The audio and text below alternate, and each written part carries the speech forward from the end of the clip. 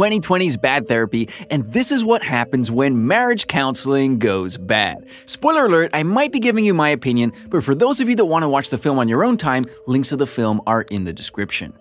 As Louise complains about her school's dress code, Bob looks on as Susan goes to get Louise ready for school. As Susan gives Bob his breakfast, everything seems as though the marriage runs like clockwork, but once Susan and Louise leave, Bob tosses the delectable breakfast down the drain.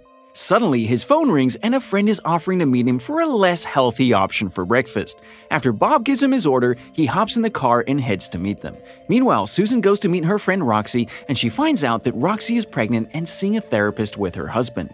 While Roxy tries to focus on the fact that she's having triplets, Susan begins to wonder if she and Bob should be seeing a therapist.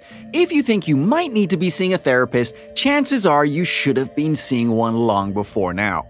Later on, Susan waits to meet a client at a house she's showing, and it doesn't seem to be going all that well. When she heads home, Bob is already watering the garden, and he tries to comfort her. When she tries to mention that she thinks he should get another job, he tries to tell her that he at least likes his job. Susan tries to explain that she needs a break from all the crap that comes with her job and life, and Bob tries to throw out the idea of having a baby to spice things up. Susan is not that big of a fan of the idea, and she mentions how Roxy is having triplets and seeing a marriage therapist. As he makes light of it, she tries to explain that she thinks they need it. Bob expresses that he's not the biggest fan of inviting a complete stranger to evaluate their life, but he'll do it for her. Soon after, they meet with Judy Small, who ends up being their new therapist. When she asks why they are there, Susan seems to struggle to find the right explanation for why they're there, and she ends up going with the idea of not being satisfied. Considering Bob thought everything was fine up until the day before, that seems like a bit of a bomb to drop in the middle of your first counseling session. Even his reaction was a little surprised at the fact that they hadn't really talked about that before then. Then she goes on to talk about how she and her first husband fell in love and got married. Why did that marriage end? He fell overboard and was killed by the propeller. Yeah, this whole backstory got really grim really fast. Meanwhile, Bob is just sitting over there with that smile on his face like he's just a runner-up that will never compare. Poor dude. Finally, she comes to the fact that they seem to prioritize money and stability a little differently, and Bob seems to agree. When Judy asks Bob about his career, she ends up showing appreciation for the channel that he works for, and Susan tries to bring the conversation back to her wants to be happy in the marriage.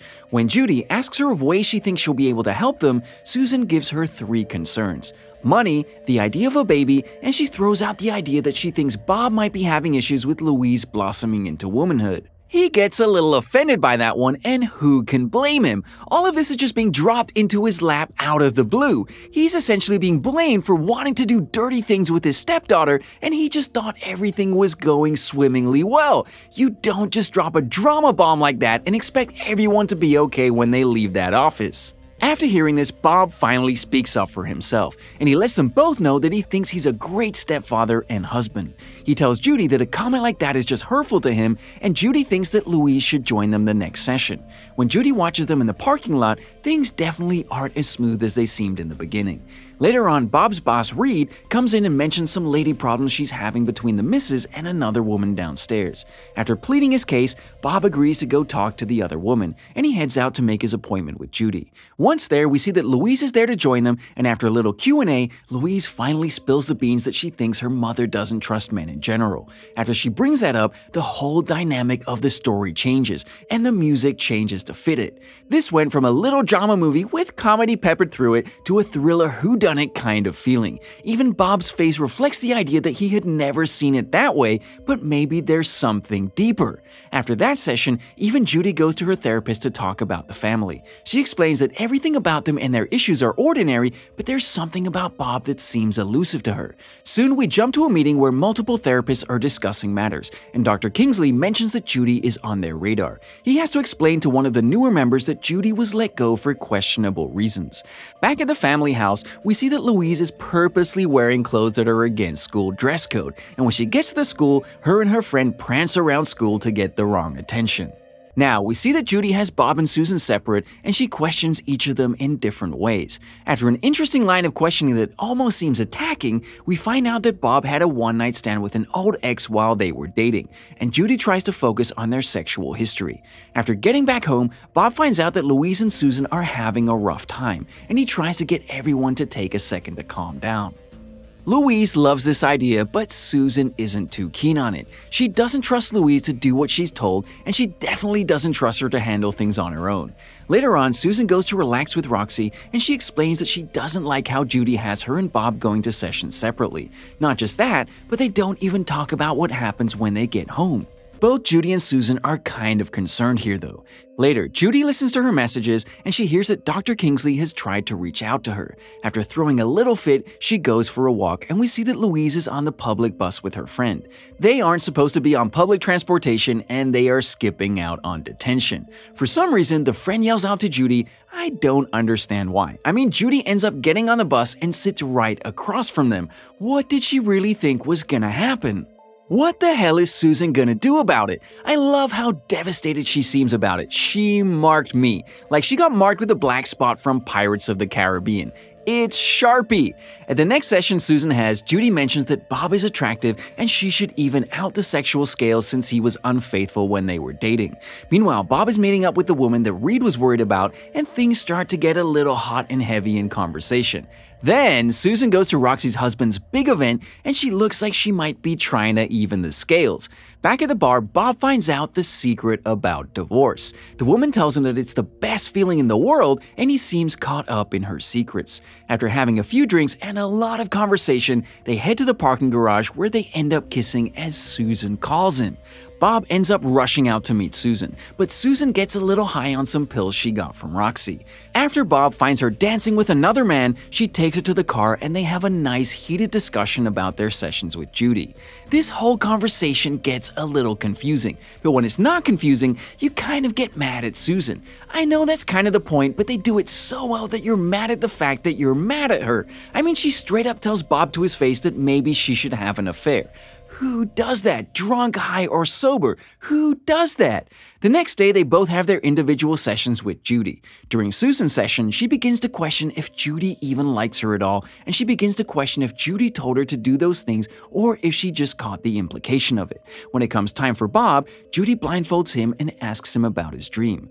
In his dream, he has a frustrating sexual encounter with a woman from the bar, but even in his dream, he can't get satisfied.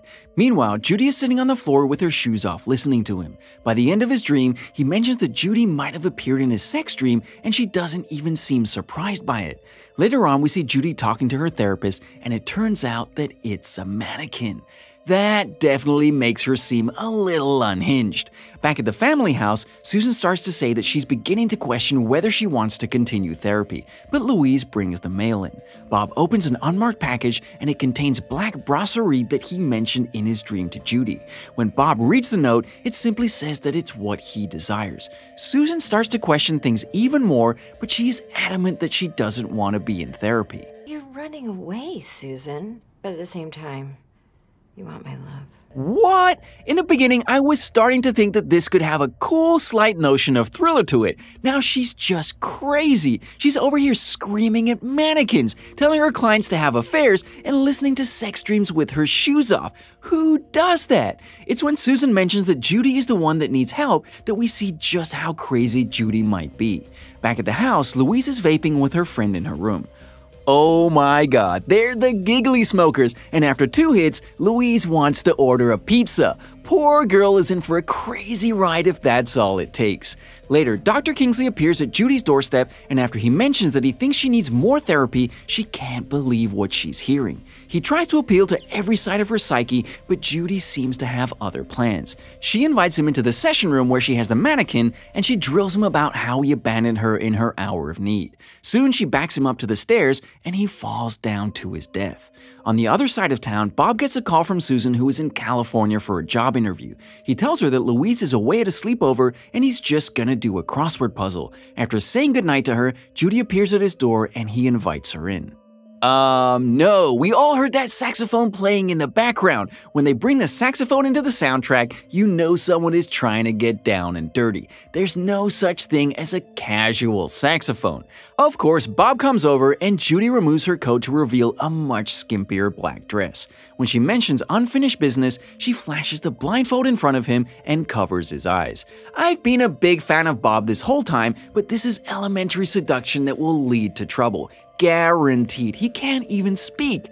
We see that the mother of the sleepover Louise is at has caught them smoking weed, and she decides to take Louise home immediately. Of course, some other sultry things are going on at her house, and when she walks into the house, she finds some dirty deeds going on. Next thing you know, Louise decides to pitch a tent in the backyard, and she tells him that Susan is gonna kill him when she gets home. When Susan gets home, she can tell that something has happened, but when Louise decides to just come out and say what she saw the night before, it seems to take everyone by surprise.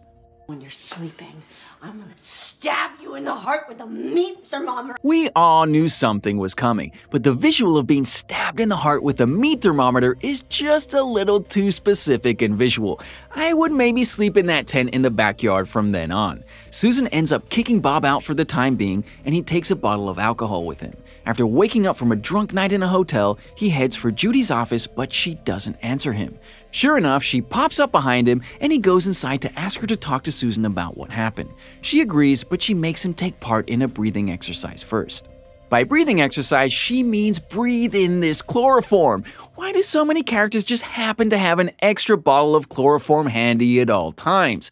How many of you have a bottle of chloroform lying around the house? Everyone else, watch out for those people. We've seen enough of these movies to know that now. When he wakes up, Bob is tied up in a bathroom, and Judy tries to explain that she never meant to hurt him. Meanwhile, back at the house, Louise is worried about Bob, and Susan talks her into trying to call him. When Louise calls his work, she finds out that he never came in, and she tells Susan of all the bad things that could have happened to him. Susan realizes that she still loves Bob, and they decide that it probably has something to do with Judy. Of course, she's the #1 suspect. Of course, Louise is the voice of reason through all of this, and she's the one that decides they need to go to Judy's office. Meanwhile, Judy's preparing to take Bob with her to some tropical island to escape. This is a very far-fetched plan, but I feel like it could have worked if she had more time. In the most calm possible confrontation, Susan breaks in, Judy bites a man, and the police chase after Judy to the roof. It might seem like I'm describing this encounter in a simple way, but I promise that it happens that exact way. And yes, she did bite the guy. Bob goes to the roof to try and talk her down, and within a few sentences, he talks her down. Next thing we know, Bob wakes up on the couch back at home, and we find out that he got fired. Even though old Susan would have freaked out, new Susan is just happy they have each other. Wait, was this based on a true story? By the way, everyone got a happy ending, and for those of you that were worried, Dr. Kingsley survived that tumble down the stairs. This was an interesting one for sure. I actually enjoyed its quirkiness, and I definitely think anyone that has the same sense of humor should give it a shot. If you like that dry sense of humor, this is perfect. Thank you for watching, and I hope you enjoyed the video. Don't forget to like and subscribe for more like this one. Comment what you think I should watch next, and I'll see you in the next video.